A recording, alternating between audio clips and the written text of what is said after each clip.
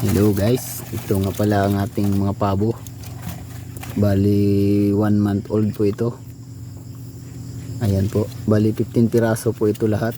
16 sana may mortality po tayong isang piraso dahil sobrang panghina talaga.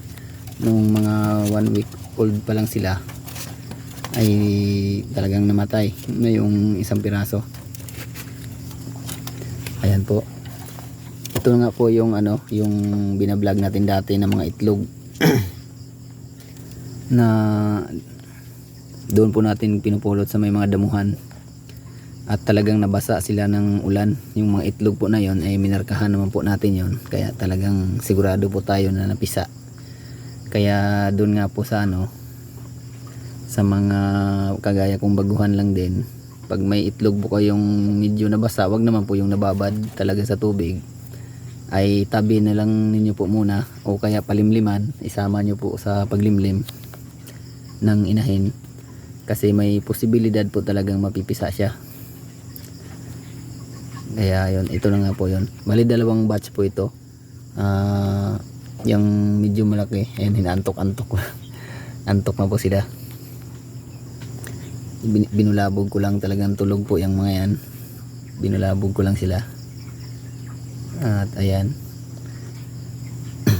yung medyo maliit po dyan ay pangalawang batch po yan, dun sa pangalawang inahin na namisa. Tapos yung medyo malaki-laki, ito medyo malaki na po ito, yan po yung sa unang pisa. Ayan, ayan po, may tubig sila. Ayan, bukas ko na po yan lagyan, tingnan yan maubos kasi tulog yan sila mamaya. Marami-rami pa po yan. May halo po yung Aprolite. Ito naman ay pakain natin, yung pakain ng broiler, yung starter premium. Ayan po, kaya siguradong malusog po ito. Ayan, 3 beses ko po itong pinapakain, umaga, tanghali, tsaka hapon. Sa tanghali po ay di ko naman masyadong dinadamihan ang kanilang pakain. Sa hapon at umaga ako bumabawi. Ayan po, may 2 kulay lang po ito. Sa ngayon ay meron po tayong Jersey Buff na breed ng pabo. Medyo malaki po ang lahi nun. Nabili po natin yan doon sa may, dito lang malapit lang din na barangay. Ayan po, talagang antok sila. Nung day old pa lang po sila,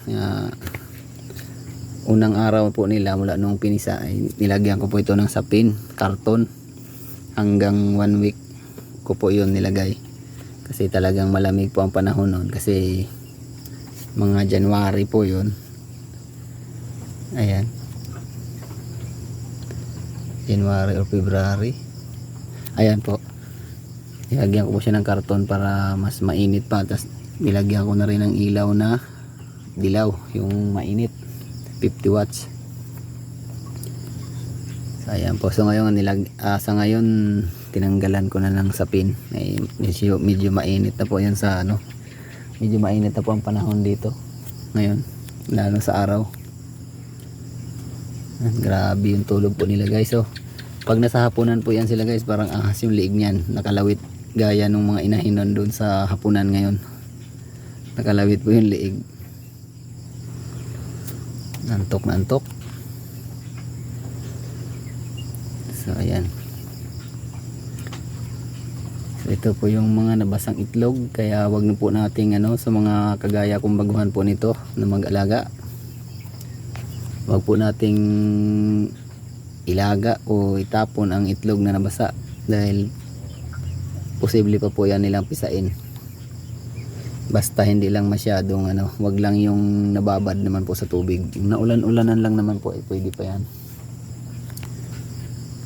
Sigurado po tayo dyan kasi talagang minarkahan po natin yung mga itlog na yon.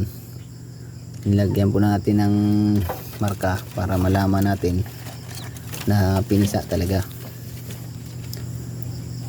Ayan po, ang ganda. Malulusog po yung mga sisiw natin. At yung mga inahin nga po nito guys, ang 2 inahin po nito ay binababahan na din. Kaya kung gusto nyo pong mapabilis ang pagpapadami ng sisiw nito, ng pabo nyo, ganun lang din po ang gawin nyo. Pagka napisa na, lagay nyo po muna sa karton. Kung wala kayong kulungan na pangsisiw na ano, yung brooding area, pwede po sa karton guys, kahit wag nyo nang ilawan. Siyempre ano, yung di sila malamigan, kasi hindi nga po kasama ang inahin nun. Kawawa naman, malamig talaga, masyado silang tagusin ng lamig nun pagka ganong edad, yung lalo kagapisa lang. Sa una lang po ay maingay po talaga sila dahil hinahanap nila yung nanay nila, yung inahin. Pero mga ilang araw po ay hindi na rin po yan mag-ingay. Mag-ingay lang po yan pag nagugutom. Kaya yun lang po. Kahit yung karton po ay lagyan nyo po ng dayami o kaya ipa. Yung ipa ng ayun nga sa palay. Para mas mainit pa yung ano. Yung maluwag naman pong karton guys. Huwag naman po yung siksikan sila. Ayan. So yun lang po. Salamat sa panonood. God bless.